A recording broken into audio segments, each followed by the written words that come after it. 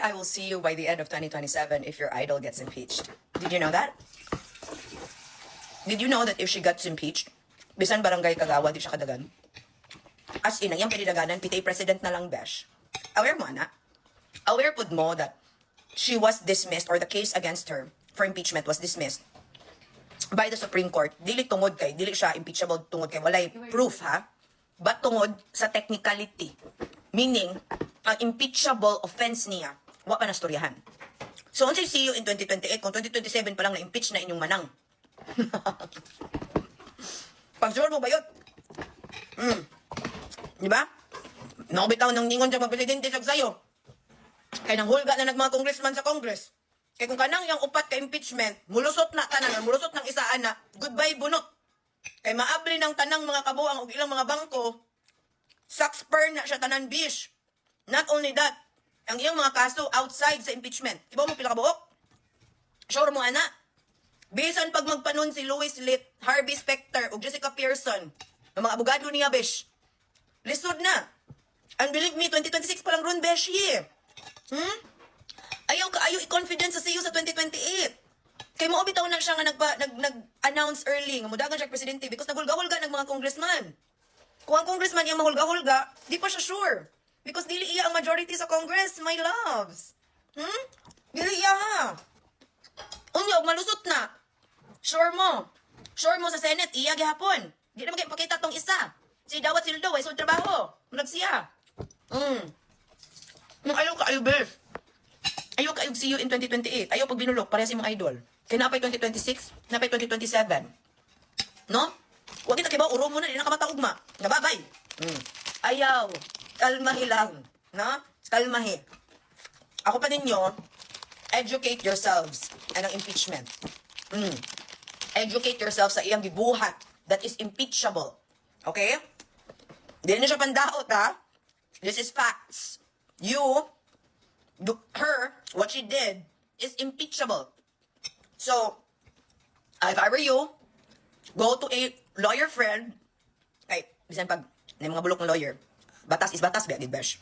Patudlo. Unsa mahitabo si mga idol nga, super bright. Nagbasa na lang gani, nagkalisod pa. Kaya atay man mo eh. Yawa. Nagbasa na lang gani siya, naglibog pa siya sa hindi basa. Yung muna gusto niyo mga presidente. Why? And aside po da ha, so, ayog see you 2028. Unya ang ICC maapil siya, besh. Maghan ka kay mahitabo. Kalmahi. Kay her desperation is so obvious. Super obvious. Pero syempre sa mga bulok, ay grabe ka. Confident kay mga bulok. Oy, kay confidence na may nahain nyo. Huwag may capability. Huwag nga na ay. Ay dili na pwede ipadagan ng Pilipinas on confidence alone, my love. You need capabilities to do it. Something that your idol does not have. Kalisod pag intelligence. Ha? Mas mo to, pag si Zulaika ang mudagan ng presidente, hala sige, kada si Zulaika, bang siya nagtrabaho po, buyang, Davao City pa na sa una. Pero kung siya, magsor bayot. Muna ha, mamahal ko sa buhay. Ayaw ko yung nag-see you in 2028. Kaya tomorrow is not assured. Okay? Tomorrow is not assured. Mas ikaw nga nag-comment, ugma, urumon ka, di nakakamata ugma, babay. Uro niyang hapon, mag-siesta ka, di nakakamata, babay. Huwag kibaw. Ang importante, that you are aware that ang inyong love and loyalty will not save her from the cases that she has to face. Just the same way that your love and loyalty and blind support is not going to replace whatever it is that she needs to face. Just the same way nga mo na gi-face po ni PRRD sa ICC. At least si PRRD sa ICC is honorable enough to face what he has to face because he is accountable for what happened during his presidency. Something that bisan ka na nalanggani accountability di gani kaya sa iyang anak. Na presidente pa ka ha. And ayaw mo ka-confident nga mudaog mo ha. Kay dili tanan Bisaya DDS. Did you hear what happened sa anti-political dynasty forum sa Cebu gahapon? Lumi ko ayo ang impeach her. Bisaya to. Taga Cebu to. Kay dili taga Cebu, besh, I told you this. Dili taga Cebu DDS. Predominantly, yes, of course, daghan. Pero daghay gahilom-hilom nga di na lang makikigi og bugo. Kay daghay mga taga Cebu nga gahilom-hilom. Loyal sa amahan, pero dili na sa mga anak. Sabay-sabay lang na sa panon, kay dili na gustog samok. Kay nga na ang lakaw sa bright. Kalamian ra ka ana, nga suportado ka. But the reality of politics in the Philippines, my love, is self-survival. They are not going to hitch their lives, their political lives and political careers on somebody that isn't sure. On somebody that can't even regulate her own emotions. Unsaon man na, og makigtigi na siya other world leaders niya, sa puton siya, unsaon man na, nauton siya mga trolls. Di ba? Sa puton mo ana sa laing mga world leaders, nga biklon siya bayot. Unsaon man na nato, ato nang i-bash sa Facebook.